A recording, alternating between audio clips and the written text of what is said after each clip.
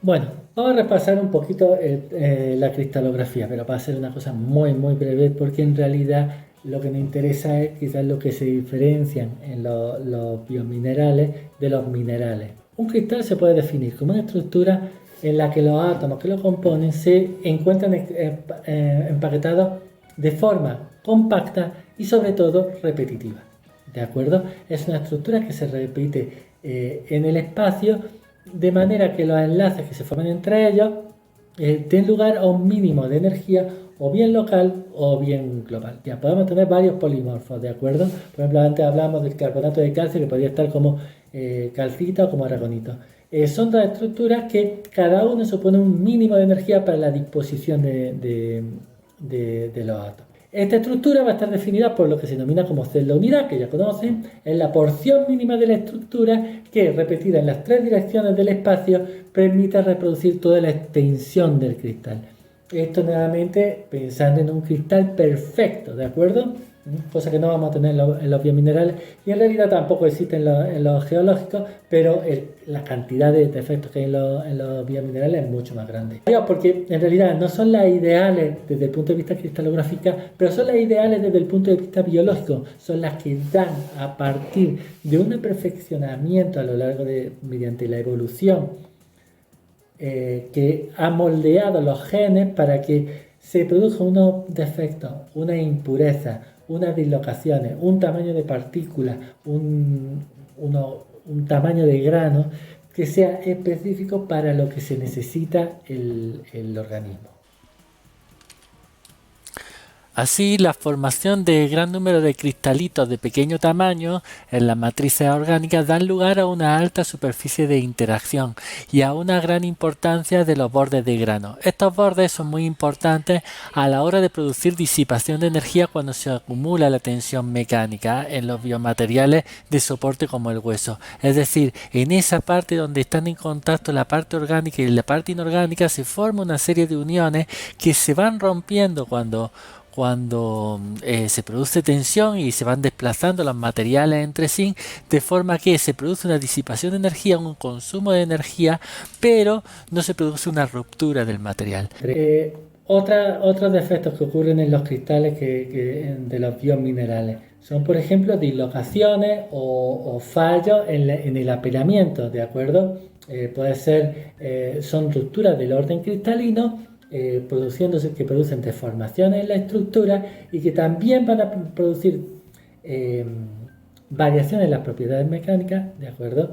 Van a ser, por ejemplo, puntos donde se puede disipar energía, ¿de acuerdo? Donde se puede producir acomodamiento de la estructura para que no se rompa y se mantenga la estructura del cristal. Y a su vez, esos puntos también van a ser importantes en cuanto a la reactividad, ¿de acuerdo? Porque van a tener, al tener digamos, una coordinación incompleta de esos iones, va a tener una mayor reactividad. Por último, es muy común que haya sustituciones de iones.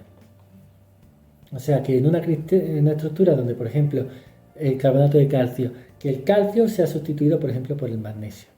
El magnesio, eso ocurre bastante en el ambiente marino. En particular, se suele producir en materiales que requieren de una alta dureza. ¿De acuerdo? Porque la presencia de magnesio hace que la estructura se vuelva un poquito más dura. Y aunque el magnesio, lo que ocurre es que el magnesio es más soluble que el calcio.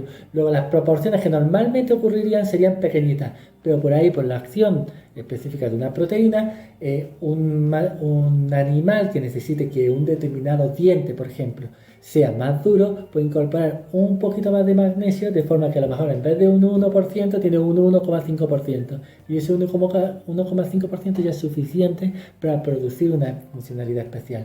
En el caso del hueso es tremenda la cantidad de defectos, de sustituciones, etcétera, y eso ya lo veremos en su momento. Bueno, entonces, como ya les digo, todos estos defectos son mucho más importantes en el medio biológico por la forma en que se producen estos materiales. Hay una gran tensión superficial, hay partículas muy chiquitas, por esas dos cosas las estructuras están más tensionadas, hay interacción con iones y macromoléculas circundantes que hacen que también se produzcan más distorsión y sobre todo lo más importante, son necesarias para producir una funcionalidad específica. Entonces, el organismo no solamente tiene genes y ha desarrollado genes mediante evolución para tener un material determinado, sino que además para adaptarlo mediante todos estos defectos específicamente a la función que necesita. ¿De acuerdo? Entonces, todo esto, todos estos defectos son también parte del diseño natural de estos biomateriales, nada es al azar. Para ilustrar todos estos conceptos voy a tomar el ejemplo de la hidroxiapatita. La hidroxiapatita es un mineral con una estructura cristalina definida, tiene una celda unidad hexagonal, con simetría hexagonal, y se puede definir por alguna de estas estructuras, de acuerdo que estoy mostrando acá. Los detalles no son muy relevantes. Podemos destacar sobre todo un eje de simetría de orden 3 en el cual se colocan los grupos hidroxilo, de acuerdo, y después encima o debajo de ellos se sitúan los iones calcio, y después coordinados a ellos estarían ya los oxígenos de los grupos fosfatos, ¿de acuerdo? Bueno, como pueden ver, esta estructura estaría muy definida, tendría los átomos en posiciones bien definidas y entonces, digamos, hay una estequiometría que cumple. La fórmula sería más o menos esta que les muestro acá, ¿de acuerdo? Habría 10 átomos de calcio por cada 6 átomos de fósforo, luego hay una relación 1,6 o 1,7 de calcio con respecto a fósforo, ¿de acuerdo? Ahora bien, esta estructura no es la que se da realmente en los huesos, gracias a Dios, porque si no los huesos serían realmente muy frágiles y poco reformables. La estructura que se da tiene un montón de defectos, digamos, que no son defectos, son digamos, modificaciones con respecto a la estructura cristalina. En primer lugar, hay sustituciones o introducción de aniones carbonatos. Estos aniones carbonatos se pueden colocar bien en los sitios de los OH o bien en los sitios del fosfato, ¿de acuerdo? Entonces, si más o menos teníamos esto, aunque parezca bastante distinto, esta parte sería como una hidroxiapatita normal, ¿de acuerdo? Cuando vamos a la parte a una hidroxiapatita real, tenemos, por ejemplo, huecos de OH porque hay deficiencias de OH y OH que se van porque no cuadra sino la carga, porque uno se produce eliminación de calcio, 2 se produce eliminación de carbonato y en sitios de los OH, por ahí estos huecos que hay acá, uno simplemente los OH no están y en otro lo que hay es un oxígeno de un carbonato, ¿de acuerdo? Entonces ahí ya se empieza a complicar la cosa, además de introducirse carbonato, también se introduce hidrógeno fosfato y bueno, junto con la aparición de huecos de OH y de calcio, ya se puede imaginar de que la estructura empieza a distorsionarse por todas partes. Con todo lo que he dicho ya prácticamente parece que la estructura de la hidroxiapatita ha desaparecido, pero no es así, ¿de acuerdo? Sobre esta base se producen todas estas modificaciones.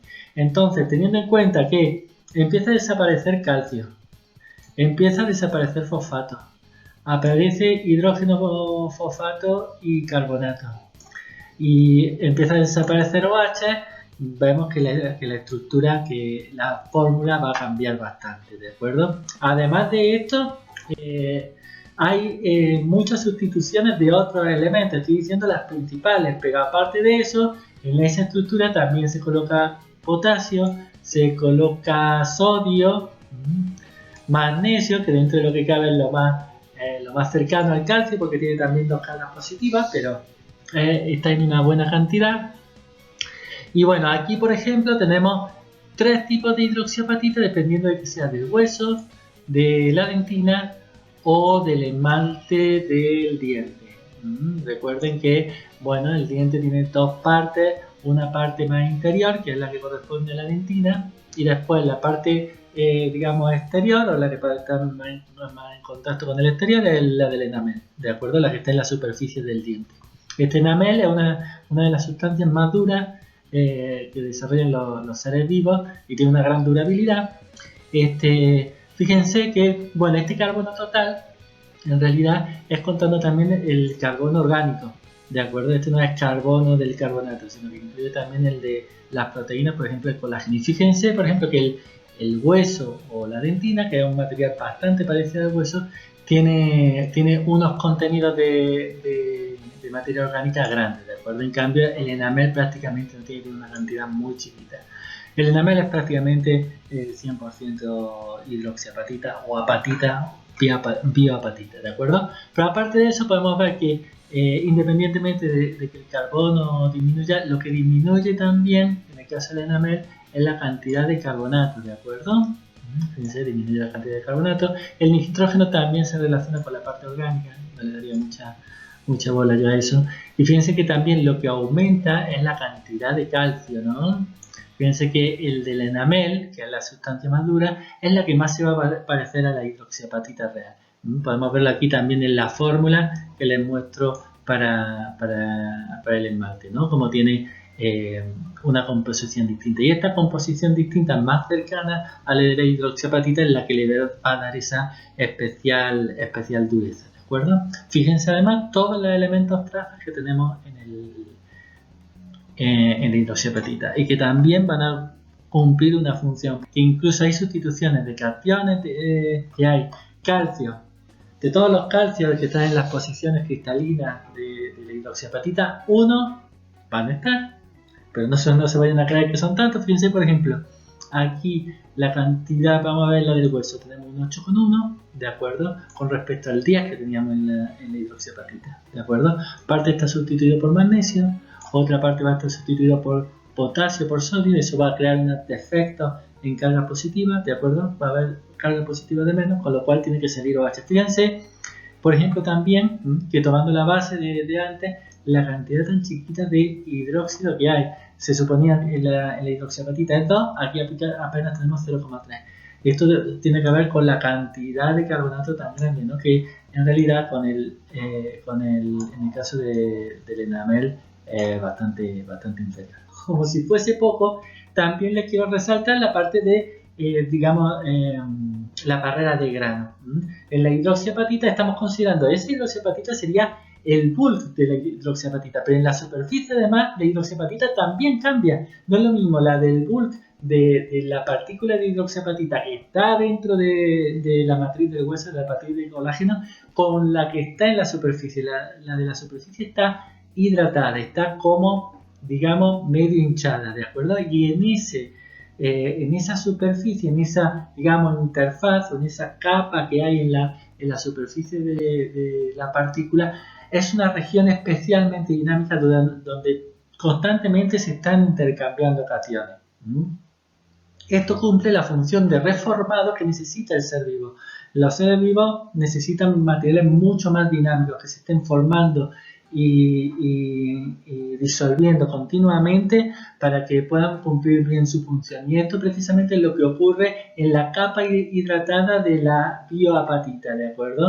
Tenemos esta parte que es la parte, digamos, más inorgánica, la parte que es más inerte, que se correspondería más a la fórmula que le hemos puesto, no a la fórmula primera, sino a la fórmula que le he puesto después, ¿de acuerdo? La fórmula ya que no es estequiométrica, pero aún más va a variar en esta parte. En esta parte, esa fórmula ni siquiera va a servir, porque en esa parte va a depender mucho de cuál es la situación en cada momento y que es el proceso de formado y reformado del hueso. Ahí constantemente se están intercambiando iones, calcio, sodio, lo que haya en el medio y produciéndose reacciones para, digamos, que se produzca un equilibrio homeostático de los cationes y también para que se pueda producir la remodelación del hueso, ¿de acuerdo? Entonces ahí, como les digo, estos sitios por supuesto van a estar muy distorsionados y aquí van a estar las proteínas interaccionando y produciendo procesos que van a producir como decía, la remodelación del hueso. ¿De acuerdo? Una cosa muy interesante es que esta superficie hidratada disminuye con la edad. Cada vez van a ser más cristalinos y más frágiles los huesos. O sea, esta capa hidratada, este defecto, digamos, que consideraríamos en un cristal, es precisamente lo que le da funcionalidad. Los huesos de los niños están más hidratados y tienen una mayor capacidad de remodelación, como es lógico, que lo que va a tener una persona mayor. Y conforme van perdiendo esa morficidad o esos defectos, esa capa hidratada, cada vez va perdiendo más funcionalidad y se van haciendo cada vez más frágiles. ¿De acuerdo? Bueno, con esto vamos a terminar esta parte de estructura, digamos. Vamos a seguir con los métodos que hay de mineralización por parte de los seres vivos. Quiero distinguir esto, los métodos de mineralización, con respecto a lo que va a ser los mecanismos de mineralización, que eso es más cuáles son las etapas del proceso desde un punto de vista más de cinética química.